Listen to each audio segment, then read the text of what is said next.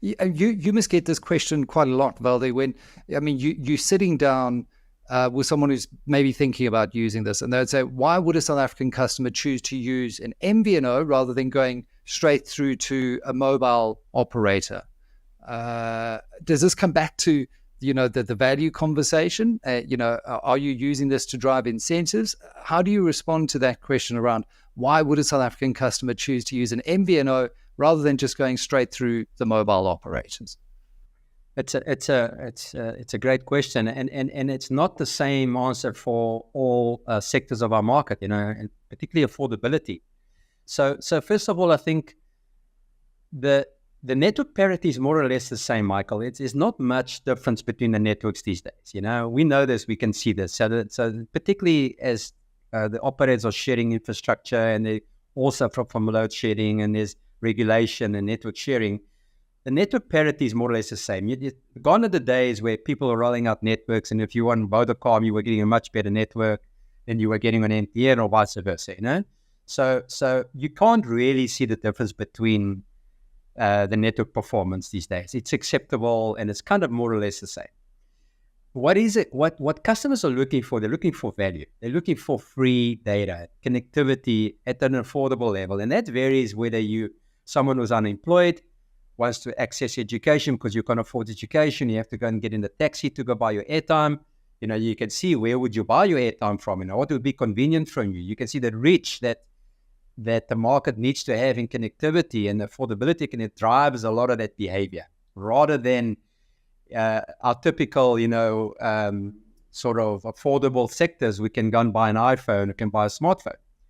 And I think we've been trained traditionally to get into contracts, and then you're sitting with a service provider that you've always bought a contract with, and now you're stuck with a contract for 24 months. It services all your needs.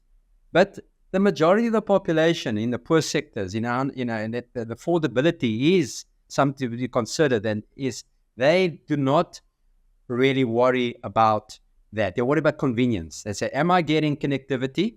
Can I afford it? Can I speak longer? Can I surf longer? Can I access this?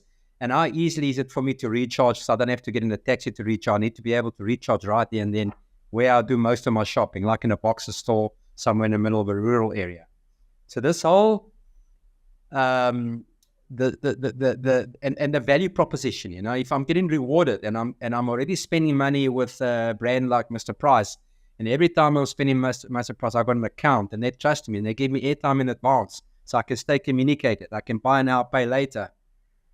Because I spent 500 Rand a them doing my groceries, I'm actually getting 500 MBs of data, which gives me my unlimited WhatsApp for the month. I'm all in there, and I'm going to use more than one SIM to do what I need to do, which is to communicate with the world. So that consumerism, that drive for need for data and connectivity to the world, particularly amongst the majority of the population, which are kind of in the unemployment segment or lowest income segment of the market, etc.